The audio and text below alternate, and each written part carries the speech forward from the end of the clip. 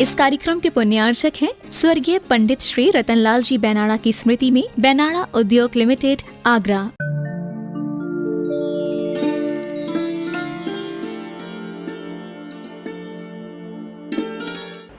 इस मूकमाटी महाकाव्य में कल तक जो विषय हमने देखा, पेज नंबर 162 तक, हमें परिधि की ओर नहीं, दृष्टि केंद्र की ओर करना चाहिए। पर्याय की ओर नहीं, द्रव्य की ओर होना चाहिए। परिधि में भ्रमण है, केंद्र में रमण है। परिधि में पतन है, केंद्र में जतन है। वैसे पतन कोई भी व्यक्ति चाहता नहीं है, उत्थान ही चाहता है, लेकिन जो कार्य किया जाता है वह पतन का ही नजर आता है। हर व्यक्ति कहता अवश्य है कि मेरा भविष्य उज्जवल होना चाहिए, सुंदर होना चाहिए, लेकिन जब हम उसकी चाल, उसकी गति, उसकी दिशा को देखते हैं, वो टोटली अपोजिट डायरेक्शन में चलता है। ऊपर उठना वैसे आसान होता नहीं है, अनादिकाल के संस्कारों को मिटाना आसान होता नहीं है। जो हैबिट, जो आदत बन चुकी है, उस आदत को बदल करके नए संस्कार गढ़ करके आगे बढ़ना हर एक के वश की बात होती नहीं। लेकिन जितने लोग भी आगे बढ़े हैं, नियम से उन्होंने अपने पुराने संस्कारों को तोड़ा है, और जो बना बनाया है उसे तोड़ने में बहुत कष्ट होता है, मेहनत लगती है। मोह को तोड़ने में भी बहुत मेहनत लगती है। अनादिकाल का सबका मोह हमारा कैसा है? बहुत प्रगाढ़ है, गहरा है। अब जो रास्ता हमने चुन लिया है, एकदम से उसे हम बदलें, कठिनाइयाँ तो होती हैं, फिर भी मानसिकता बदलना होगा।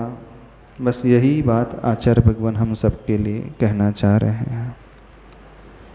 आगे इस मूकमाटी महाकाव्य में अब सहज रूप से सर्वप्रथम संकल्पित होता है शिल्पी, उसके उपयोग में आकृत होता है कुंभ का आकार।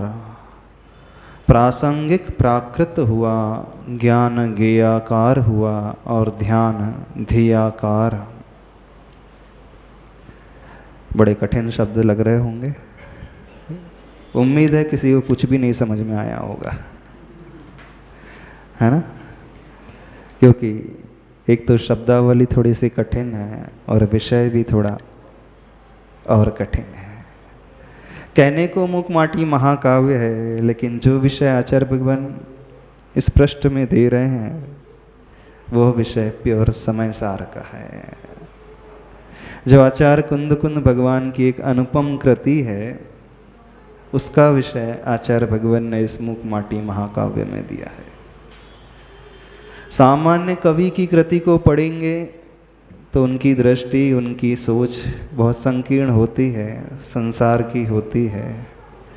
लेकिन जब हम बात कर रहे हैं एक महाकवि की, जो अध्यात्म की पराकाष्ठा में जीवन जी रहा है, जो हमेशा आत्मा के चिंतन में डूबा रहता है, अब उनके श्रीमुख से यदि कुछ आएगा तो आप संसारी जुगलू की बातें थोड़ी आएंगी, इंद्रियों के विषयों की बातें थोड़ी आएंगी, आत्मा की ही बातें आएंगी। ऐसे ही है ना? अब आत्मा की बात समझना थोड़ा कठिन सा होता है, और तद अनुरूप आचरण करना और कठिन हो जाता है। कोशिश करते हैं इस विषय को सरल बनाने की। अब सहज रूप से सर्वप्रथम संकल्पित होता है शिल्पी। किस बात के लिए संकल्पित हो रहा है? अपने लक्ष्य के प्रति। और उसका लक्ष्य क्या है? कलश बनाना, कुंभ बनाना है। कुंभ बाद में बनेगा, पहले उसके मन में, उसके उपयोग में यह विचार आएगा। तो यहाँ शब्द का प्रयोग किया है, उसके उपयोग में आकृत होता है कुंभ का आकार। वैसे सभी लोग यही करते हैं। उपयोग में आना अर्थ है प्लानिंग करना। सरल शब्दों में उसे समझना चाहें, जब भी कोई हम कार्य करते हैं जीवन में, कार्य बाद में होता है, पहले क्या होता है? प्लानिंग होती है। घर बनाना है तो उसका नक्शा बनेगा। आगम में आपने जिनवाणी में पढ़ा है समरंभ, समारंभ और आरंभ। समरंभ क्या होता है? और कुछ नहीं होता है, वह सोच।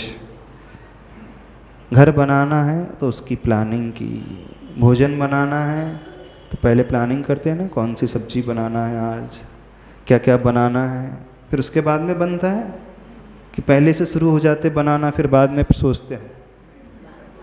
एटलीस्ट सोचते तो सब्जी जो भी बनाना है, जो सब्जी बनाना है उसकी प्लानिंग की जाएगी। तो कोई भी कार्य क्यों ना हो, संसार का हो चाहे परमार्थ का हो, हर कार्य में पहले समारंभ होता है। फिर दूसरी स्टेप कौन सी होती है? समारंभ। जिस कार्य को हमें अंजाम देना है उसके अनुरूप जो आवश्यक सामग्री है हम उसे जुटाते हैं। पहली प्लानिंग हो गई, फिर उस सामग्री को जुटाना। फिर तीसरी स्टेज होती है आरंभ, यानी एग्जीक्यूशन। जो हमने सोचा उसके बाद हमने सामग्री जुटाई, अब सामग्री जुटाने के पश्चात कार्य करना प्रारंभ कर दिया। तो आपने पहले सोचा सब्जी बनाना है, फिर आपने सब्जी खरीद कर के लाए, उसे प्रॉपरली बनाया, धोया, फिर बाद में उसे कढ़ाई में चढ़ाते हैं। ऐसे होता है ना। तो जो प्लानिंग की बात आ गई वो और कुछ नहीं, शास्त्रों में उसे कहा गया है उपयोग। तो उसके उपयोग में आकृत होता है कुंभ का आकार। किसके उपयोग में? उस शिल्पी के उपयोग में। उपयोग क्या कहलाता है? अभी अभी समझ लो। यहाँ उपयोग से अर्थ यूज वाला उपयोग नहीं लेना है, एक यूज वाला भी उपयोग होता है। यूज मीन्स उपयोग करना। तो यहाँ पर उपयोग का अर्थ यूज नहीं लगाना, ज्ञानोपयोग और दर्शनोपयोग होते हैं ना अपने आगम में।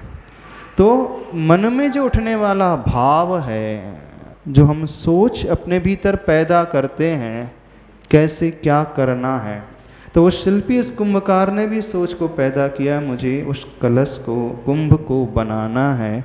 तो उसके मन में आकृत हुआ कुंभ का आकार, यानी कुंभ कैसा होता है, उसका शेप कैसा होता है, तो पहले मन में सोच लेता है। फिर उस सोच के अनुसार अपने हाथ को वो गाइड करता है कि ऐसा उस घड़े को हमें बनाना है। तो पहला कदम हुआ उपयोग में आकृत हुआ कुंभ का आकार, और उसके बाद प्रासंगिक प्राकृत हुआ, ज्ञान ज्ञेयाकार हुआ, और ध्यान ध्येयाकार। प्रासंगिक मीन्स जो प्रसंग चल रहा है, जिस कार्य को करना है वह उपस्थित हुआ। ज्ञान और ज्ञेय शब्द आ गया अब यहाँ पर। ज्ञान का अर्थ होता है नॉलेज, जानना, और ज्ञेय का अर्थ होता है नोएबल जो वस्तु होती हैं, जानने योग्य जो पदार्थ होते हैं वो क्या कहलाते हैं? ज्ञेय। तो नो यानी क्रिया हो गई टू नो, नोअर ज्ञाता हो गया, नोएबल ज्ञेय हो गई। समझ में आया? ज्ञान ज्ञाता और ज्ञेय, ध्यान ध्याता और ध्येय। ध्यान अर्थात वो मेडिटेशन हुआ, ध्याता मीन्स जो मेडिटेटर है, और ध्येय मीन्स जिसका हमें ध्यान करना है। तो अर्थ समझ में आया?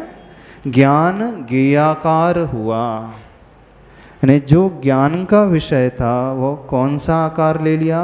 ज्ञेय का आकार हमारे ज्ञान में झलक गया। उस शिल्पी के ज्ञान में ज्ञेय का आकार, अब ज्ञेय क्या था उसके लिए? घड़ा। तो उसके मन में कौन सा आकार आया? वह घड़े का आकार आया। तो वो कहलाएगा ज्ञान का ज्ञेयाकार होना, ध्यान का ध्येयाकार होना, यानी जिसका हमने ध्यान करना है वो ध्येय हो गए। अरिहंत प्रभु, पंच परमेष्टि, आत्मा, कोई भी विषय क्यों ना, वो हमारा ध्येय हो गया। और ध्यान करने वाला पुरुष, ध्यान करने वाला व्यक्ति कौन हो गया? ध्याता हो गया। और जो क्रिया की जा रही है वह ध्यान हो गई। समझ में आ रहा है? तो ज्ञान और ज्ञेय, ध्यान और ध्येय, तो कार्य बाद में हुआ, वह ज्ञान ज्ञेयाकार हुआ और ध्यान ध्येयाकार। मन का अनुकरण तन भी करता है, कुंभकार के उभय कर कुंभाकार हुए। प्राथमिक छुवन हुआ माटी के भीतर अपूर्व पुलकन, आत्मीयता का अथ सा लगा लो रह रह कर। तरह तरह की माटी की मंजुल छवियाँ उभर उभर कर ऊपर आ रहीं, क्रम क्रम से तरंग क्रम से रहस्य के घूंघट में निहित थी जो चिर से। अब क्या हुआ? मन का अनुकरण तन भी करता है। जो हमने मन में सोच लिया उसी के अनुसार हमारी बॉडी भी रिएक्ट करने लगती है। यदि हमने किसी के प्रति बुरा भाव किया तो हमारे एक्सप्रेशन भी, हमारी आंखें भी वैसी हो जाती है, हाथ का इशारा भी वैसे ही होने लगता है, मुख से शब्द भी वैसे ही निकलते हैं। तो क्या हमारा तन, हमारा शरीर जो है किसका अनुकरण करता है? मन का अनुकरण करता है।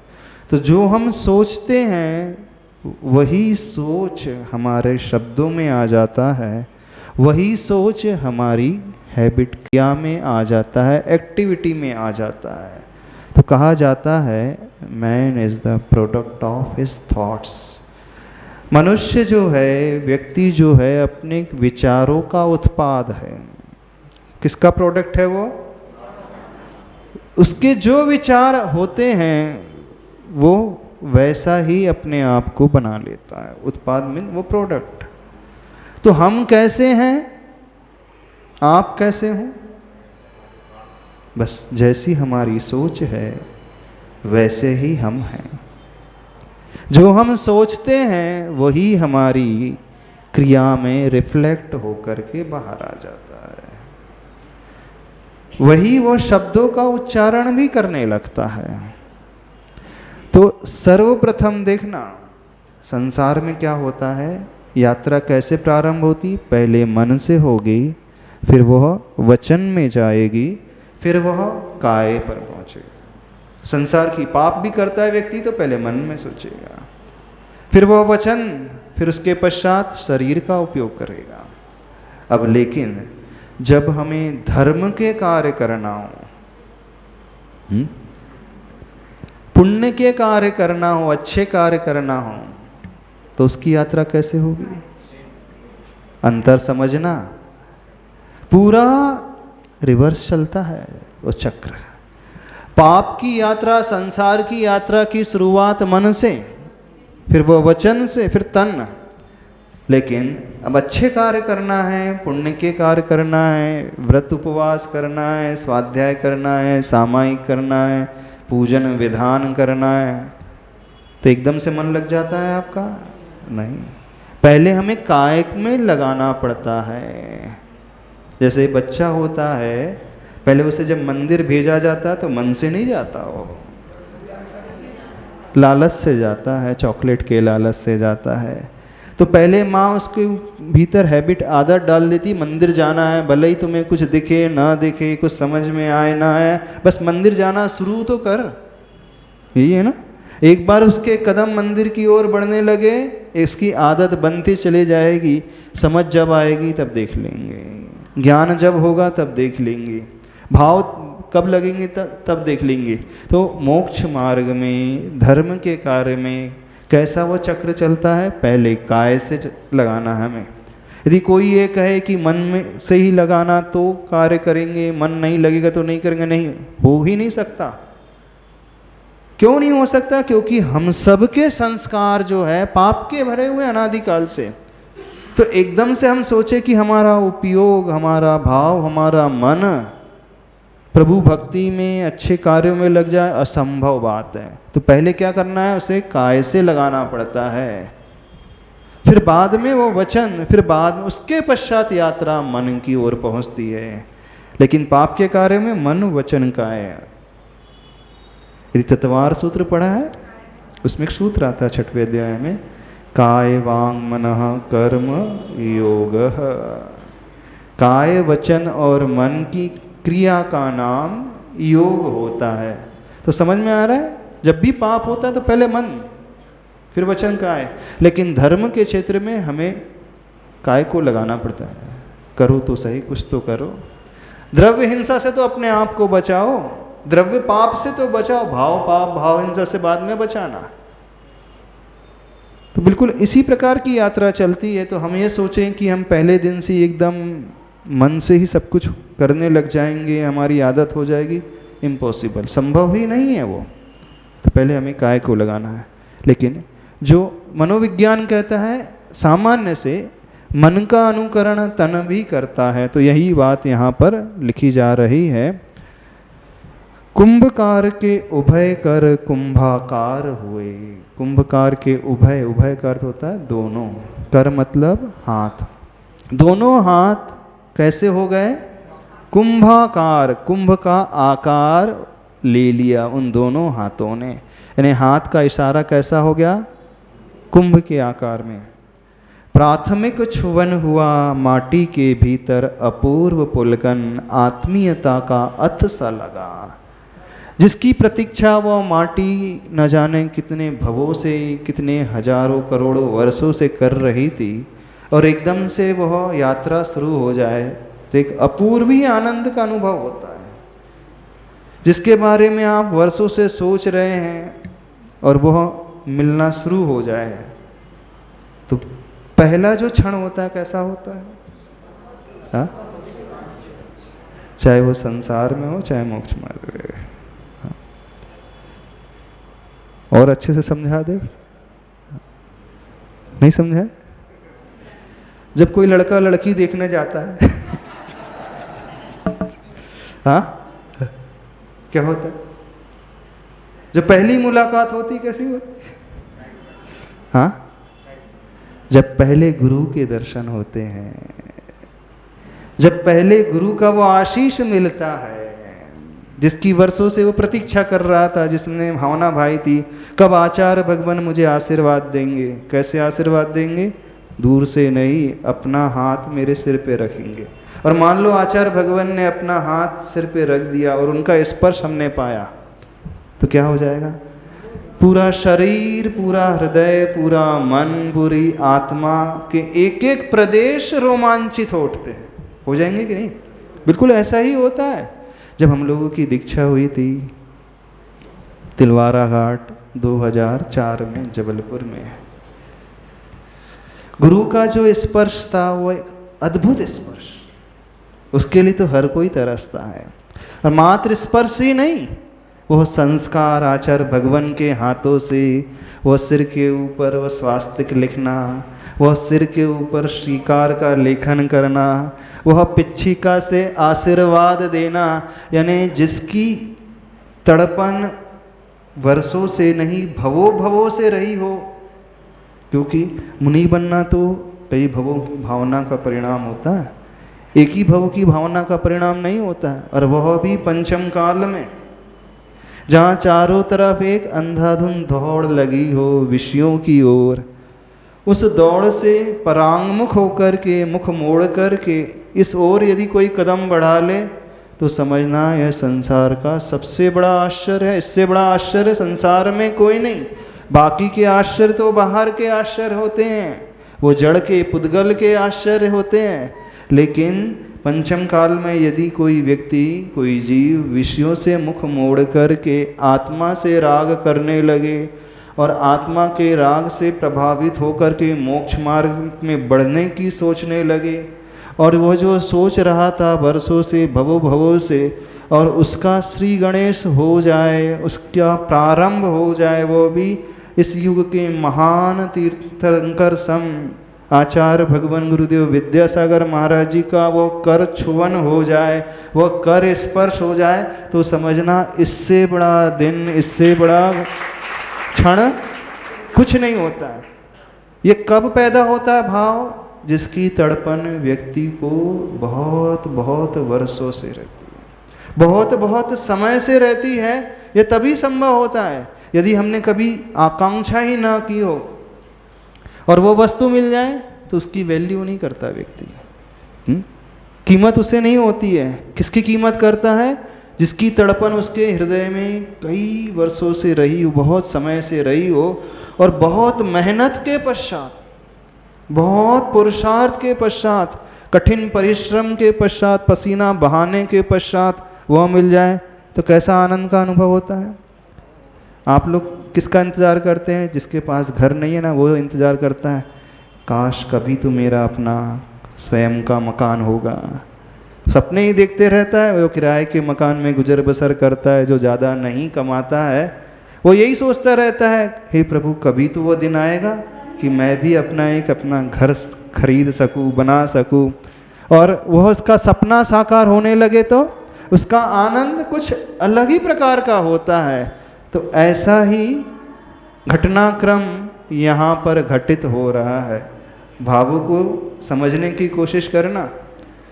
कितने लोगों के मन में ऐसी तड़पन हुई, ऐसी प्यास जगी है, ऐसी ललक जगी है किसी को पाने की, विषयों की नहीं कह रहे हैं, हाँ, कुछ अच्छा पाने की तड़पन कभी जागी मन में, जिसका इंतजार आपने बहुत समय से किया हो। शायद विषयों की तो बहुत तड़पन जागी होगी, हर एक को जागती है, हर एक के मन में रहती है। तो वह तड़पन जो संसार की ओर रहती है, काश वैसी ही रुचि, वैसी ही तड़पन हम अच्छे कार्य के प्रति करने लगे ना, तो उसका आनंद कुछ अलग ही होता है। तो वही प्रतीक्षा में माटी थी वर्षों से, भवों से। किस प्रतीक्षा में? कब वह घड़ी आएगी, कब वह क्षण आएगा जब वह कुंभकार मुझे उस उत्तम स्थान पर पहुंचाएगा, मुझे सुंदर रूप प्रदान करेगा, मुझे एक सुंदर आकार देगा। बस वही घड़ी उस माटी के जीवन में आ गई और उसका चित्रण आचार्य भगवान, उसकी भावभंगिमा का चित्रण बहुत सुंदर शब्दों में आचार्य भगवान कर रहे हैं। कुंभकार के उभय कर कुंभाकार हुए, प्राथमिक छुवन हुआ माटी के भीतर अपूर्व पुलकन, आत्मीयता का अथ सा लगा। यानी अथ मतलब स्टार्टिंग पॉइंट, शुरुआत। लो रह रह कर तरह तरह की माटी की मंजुल छवियाँ उभर उभर कर ऊपर आ रही हैं। सुंदर सुंदर उसकी छवि जो रूप है निखर निखर करके आ रही हैं। क्रम क्रम से, तरंग क्रम से रहस्य के घूंघट में निहित थीं जो चिर से। एक एक क्रम का उल्लंघन कर, जैसे तरंग आती है ना किसी सरोवर में, तालाब में कोई कंकड़ फेंकता है तो एक के बाद एक तरंग उठते चले जाती हैं और विलीन होते चले जाती हैं। तो उसी तरंग क्रम से उस माटी के जीवन में भिन्न भिन्न छवियाँ उभर करके आ रही थीं। रहस्य के घूंघट में निहित थीं जो चिर से, यानी चिरकाल से, बहुत समय से रहस्य के घूंघट में ढकी हुई थी। रहस्य की घूंघट का उद्घाटन पुरुषार्थ के हाथ में है। रहस्य को सूंघने की कड़ी प्यास उसे ही लगती है जो भोक्ता संवेदनशील होता है। यह काल का कार्य नहीं है। रहस्य के घूंघट का उद्घाटन किस हाथ में है? हमारे पुरुषार्थ के हाथ में है और किसी के हाथ में नहीं है। रहस्य को सूंघने की कड़ी प्यास उसे ही लगती है जो भोक्ता संवेदनशील होता है। जिसके भीतर ऐसी संवेदनशील भावना होती है वही व्यक्ति इस कार्य को कर सकता है। यह काल का कार्य नहीं है, यानी जो व्यक्ति काल के भरोसे बैठे रहते हैं, जो व्यक्ति काल लब्धि के भरोसे बैठे रहते हैं, जो व्यक्ति भाग्य भरोसे बैठे रहते हैं, जब मेरा भाग्य जागेगा तब मुझे मिल जाएगा, जब मेरा काल आ जाएगा तब वो वस्तु प्राप्त हो जाएगी, जब मेरी काल लब्धि आ जाएगी तब मुझे सम्यक दर्शन हो जाएगा, जब काल लब्धि आ जाएगी तो गुरु का समागम मिल जाएगा, जब काल लब्धि आ जाएगी तो सारी अनुकूलता बन जाएगी, जब सब काल आएगा तो सब कुछ अपने आप होता चले जाएगा। यह उसका कार्य नहीं है, ये किसका कार्य है? पुरुषार्थ के हाथ में है। तो जो संवेदनशील होता है वही भोक्ता पुरुष इसे पा सकता है। यानी जो पुरुषार्थशील होता है वही यहाँ तक पहुँच सकता है, और जो भाग्य भरोसे बैठा रहता है वह इसे कभी भी नहीं पा सकता है। आप लोग काल के यानी भाग्य के भरोसे बैठे हो।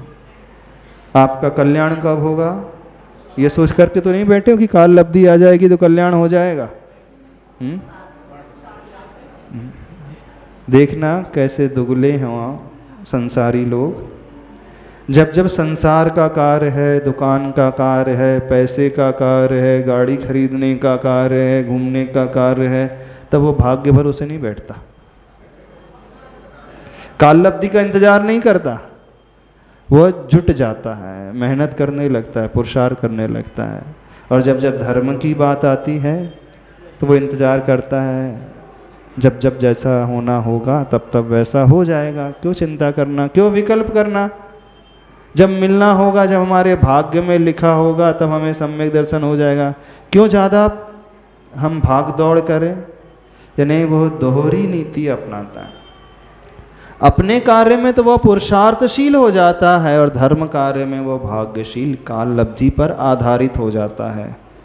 तो जो जो भाग्य भरोसे बैठे रहते हैं उन्हें जीवन में कुछ नहीं मिलता। तो जैसे हम अपने रुचिकर विषय में पुरुषार्थ करने लगते हैं वैसे ही धर्म क्षेत्र में भी होना चाहिए। समझ में आ रहा है विषय? नहीं समझ में आ रहा? आप लोग भाग्य भरोसे तो नहीं बैठते हो, काल लब्धि के भरोसे तो नहीं बैठे हो, इंतजार कर रहे हो कोई गुरु महाराज आएंगे, हमारा सितारा चमका देंगे, आचार्य भगवान जब आशीर्वाद देंगे तब हमें सब कुछ मिल जाएगा, तब हम जीवन में धर्म को अपना लेंगे। अभी तो बढ़िया खाओ पियो ऐशो आराम में ज़िंदगी गुजर बसर करो। अभी क्या करना है, इतनी भी जल्दी क्या है जब जीना है बरसों, है ना। हाँ, आज करे सो काल कर, काल करे सो परसों, इतनी भी जल्दी क्या है जब जीना है बरसों, है ना। तो धर्म के क्षेत्र में, त्याग के क्षेत्र में, नियम के क्षेत्र में आप लोग ऐसी नीति अपनाते हो ना, भविष्य में कर लेंगे, जब हमारा समय आएगा तब कर लेंगे, ऐसी नीति नहीं होना चाहिए। समझ रहे हो नहीं समझ रहे? जिसके निकट पास करण यानी कर नहीं होता है वह पर का कुछ न करता न कराता। जिसके पास चरण चर नहीं होता है वह स्वयं न चलता, पद भर भी न ही चलाता पर को। Page number 164। काल निष्क्रिय है ना, क्रय विक्रय से परे है वह, अनंत काल से काल एक ही स्थान पर आसीन है, पर के प्रति उदासीन। तथापि इस भांति काल का उपस्थित रहना यहाँ पर प्रत्येक कार्य के लिए अनिवार्य है, परस्पर यह निमित्त नैमित्तिक संबंध जो रहा। क्या कहा जा रहा है? जिसके पास करण नहीं, करण यानी कर नहीं होता वह पर का कुछ नहीं करता, न ही करा सकता। जिसके पास हाथ नहीं है वो न स्वयं कर सकता है न ही दूसरों से करा सकता है। जिसके पास चरण नहीं है वो न स्वयं चलता है, एक पद भर भी, एक पग भर भी, न ही दूसरों को चलाता है। किसके लिए कहा जा रहा है? काल के लिए कहा जा रहा है। काल निष्क्रिय है ना, क्रय विक्रय से परे है वो, यानी काल के पास ना हाथ होते हैं ना पैर होते हैं, वह तो निष्क्रिय है। कौन सा काल? इस वह चाक की धुरी की भांति जो कील के ऊपर वह शिल्पी चाक घुमा रहा था वह स्वयं घूमती नहीं है, बस एक सपोर्ट देती है, उदासीन निमित्त है। तो काल हमारे जीवन में, काल लब्धि हमारे जीवन में कुछ ला कर के देगी नहीं, क्योंकि न उसके पास हाथ है न पैर है। हमें ही पुरुषार्थ करना पड़ेगा, हमें ही मेहनत करना पड़ेगा। तो यदि हम भाग्य भरोसे बैठे हैं, अथवा जो लोग उल्हाना देते हैं जब जब हमारी काल लब्धि आएगी तब तक हमारा कल्याण हो जाएगा, तो आचार्य भगवान उनके लिए समझाते हुए कह रहे हैं। तो कितने लोग भाग्य भरोसे बैठे हैं, थोड़ा बता तो दो हमें। काल के भरोसे बैठे हों, कठिन तो नहीं लग रहा विषय? यदि कठिन लग रहा हो तो बात पूछ लेना, हम समझा देंगे। ऐसा ही होता है पर प्राय क्षेत्र में। हम काल का इंतजार ना करें। अनंत काल से काल एक ही स्थान पर आसीन है, पर के प्रति उदासीन। तथापि इस भांति काल का उपस्थित रहना यहाँ पर प्रत्येक काल के कार्य के लिए अनिवार्य है। परस्पर यह निमित्त नैमित्तिक संबंध जो रहा। अब यहाँ पे सैद्धांतिक शब्द आ गया, निमित्त और नैमित्तिक संबंध। अब इसे समझे इस प्रकार से, एक काल एक ही होता है और उसी काल में कोई सफल होता है, कोई असफल हो जाता है। मुहूर्त एक ही होता है, उसी मुहूर्त में रावण मरा और उसी मुहूर्त में रामचंद्र जी की विजय हुई। तो मुहूर्त अच्छा था कि बुरा था? थोड़ा समय बता। एक ही समय था जब रामचंद्र जी की विजय हुई और रावण का मरण होना, कि अलग टाइम था? एक ही समय था। यानी एक ही मुहूर्त में, एक ही काल में एक अच्छा कार्य हो रहा है, एक बुरा कार्य हो रहा है। तो काल ने क्या किया हमें बता दो। क्या उस अशुभ मुहूर्त ने रावण को हराया था? यदि मुहूर्त अशुभ था तो रामचंद्र जी को भी हारना था। यदि मुहूर्त शुभ था तो फिर रावण को भी जीत जाना था। समझ में आ रही बात? नहीं समझ में आ रही? टाइम एक ही है। जो इंतजार करते हैं बहुत सारा मुहूर्त का, काल का, बोले शुभ मुहूर्त में ही हम कार्य करेंगे, यानी जो इसी भरोसे बैठे रहते हैं, हम उनसे पूछना चाह रहे हैं। एक ही टाइम में कोई पैदा हो रहा है और उसी टाइम में कोई मर भी रहा है। होता है कि नहीं? नहीं होता। घड़ी वही है। एक मोक्ष जा रहे हैं भगवान महावीर, और हो सकता है उसी समय कहीं नरक भी चले गए होंगे, नहीं चले गए होंगे। तो वो जिस समय भगवान महावीर निर्वाण को प्राप्त हुए, वो काल कैसा था? शुभ था? नहीं, अशुभ तो था नहीं, क्योंकि भगवान का मोक्ष होना इन्हें बहुत शुभ मुहूर्त हुआ। पर यदि वह शुभ ही मुहूर्त था तो उस समय कोई गलत कार्य होना ही नहीं था। तो कहने का अभिप्राय यह है, यह उपचार से कह दिया जाता है कि यह मुहूर्त शुभ है अथवा यह मुहूर्त अशुभ है। मुख्यतया तो ये हमारे पुरुषार्थ पर ही आधारित है। हम मुहूर्त का निषेध नहीं कर रहे हैं, क्योंकि शुभ मुहूर्त का इंतजार करते हैं अच्छे अच्छे शुभ मांगलिक कार्यों में, पर उसी भरोसे नहीं बैठना। तो बहुत सारे लोगों के साथ ये समस्या आ जाती है, वो ये इंतज़ार करते हैं कि अच्छा काल आएगा, अच्छा वक्त आएगा, अच्छा समय आएगा तो हमारा सब कुछ अच्छा अच्छा होता चला जाएगा। ऐसा नहीं होना चाहिए। काल ना अच्छा होता है, काल ना बुरा होता है। काल तो काल है, टाइम है। वो हमारा अच्छा और बुरा कब कर सकता है ये बताइए? यदि उसने अच्छा किया तो रावण का भी अच्छा करना था, यदि उसी ने बुरा किया तो रामचंद्र का भी बुरा होना था। बड़ी छोटी सी सिंपल सी बात है, नहीं है? यानी उसी घड़ी में कोई व्यक्ति पैदा होता है, उसी घड़ी में कोई मर जाता है, उसी घड़ी में कोई दिवालिया हो जाता है और उसी घड़ी में कोई इसी के वारे न्यारे हो जाते हैं। उसी घड़ी में किसी की शादी होती है और उसी घड़ी में किसी की अर्थी भी चल उठती है। नहीं होता है? होता है ना? तो फिर घड़ी शुभ अशुभ कैसे हो गई? काल शुभ अशुभ।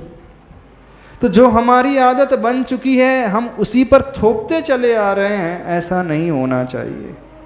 वह निमित्त है, आवश्यक है, उसके बिना होगा भी नहीं, लेकिन वह उदासीन निमित्त है। उदासीन वह कहा जाता है, उसे कहा जाता है जो हमारे लिए मोटिवेशन नहीं देता, कोई प्रेरणा नहीं देता, वो बस है, एग्जिस्टेंस है, क्योंकि बिना काल के कुछ होगा ही नहीं। जब भी कार्य होता है तो द्रव्य, क्षेत्र, काल और भाव चारों की आवश्यकता होती है। जब भी कोई कार्य होगा तो किसी ना किसी टाइम पर होगा ही ना, कि टाइम से ऊपर हट करके होगा, हो ही नहीं सकता, कोई ना कोई टाइम रहेगा। तो टाइम हमें, काल हमें प्रेरित नहीं करता वो कार्य करने के लिए। हम इतना कहना चाह रहे हैं, आचार्य भगवान यही बात हमें समझाना चाह रहे हैं कि ज़्यादा यदि हम काल का इंतजार करते बैठे हैं तो ये हमारी अकर्मण्यता है, हमारी निष्क्रियता है। जो बच्चे पढ़ाई करते हैं अथवा जो व्यापारी बहुत ज़्यादा इस पर डिपेंडेंट हैं, उनसे कहना है थोड़ा सा अपने दृष्टिकोण को बदलो और पुरुषार्थ पर अपनी सोच को लाना सीखो। ज़्यादा भाग्य भरोसे मत बैठना। हाँ, व्यवहारिक जीवन में शुभ मुहूर्त देखो, पर मान लीजिए यदि वह ठीक नहीं हुआ तो हम हाथ, माथे पे हाथ रख करके बैठ जाएं, अरे कैसा, यानी उस पर पराश्रित इतना ज़्यादा ना हो जाएं। होता यह है, व्यक्ति इसी चक्कर में उलझा रहता है, कुंडली के चक्कर में उलझा रहता है, रेखाओं के चक्कर में उलझा रहता है, मुहूर्तों के चक्कर में उलझा रहता है और अपनी मेहनत गौण कर देता है। सबसे ज़्यादा इम्पोर्टेंट यदि इन चारों में कुछ होता है, द्रव्य, क्षेत्र, काल और भावों में सबसे ज़्यादा महत्वपूर्ण होता है हमारा भाव। बाकी द्रव्य, क्षेत्र और काल जो तीनों हैं वो सपोर्टिंग रोल अदा करते हैं, वो उसे ही सपोर्ट कर सकते हैं जिसके भीतर शक्ति होती है। बैसाखी क्या व्यक्ति को चला देती, लंगड़े व्यक्ति को? हाँ, लंगड़ा व्यक्ति यदि चलना चाहे तो वो बैसाखी उसके लिए सपोर्ट दे सकती है, सहयोगी बन सकती है, लेकिन बैसाखी उसे चला नहीं रही है। इस बात को समझे। अंदर उसके भीतर इतनी शक्ति तो हो चलने की, अंदर हमारे भीतर इतनी क्षमता तो हो कार्य करने की। यदि हमारी क्षमता है तो काल जो है, जैसे बैसाखी सहायक बन जाती है, वैसे ही काल कथनचित सहायक बन सकता है, इससे ज़्यादा कुछ नहीं। वैसे ही क्षेत्र कथनचित हमारे लिए सपोर्ट दे सकता है थोड़ा बहुत, लेकिन सबसे ज़्यादा महत्वपूर्ण, सबसे ज़्यादा वेटेज किसका है? हमारे भावों का, हमारे पुरुषार्थ का।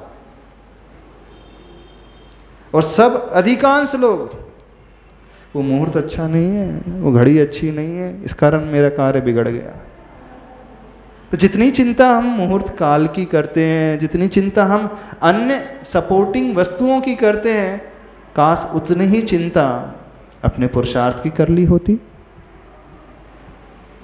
तो बैसाखी के अभाव में भी व्यक्ति किसी दूसरे का सहारा लेकर के आगे बढ़ सकता है, किसी का कंधे का सहारा लेकर के बढ़ सकता है। क्या बात है, लंगड़ा व्यक्ति भी चल सकता है। समझ रहे हो, नहीं समझ रहे हो? तो ज़्यादा काल के भरोसे नहीं बैठना। किसके भरोसे बैठना? अपने पुरुषार्थ के भरोसे बैठना।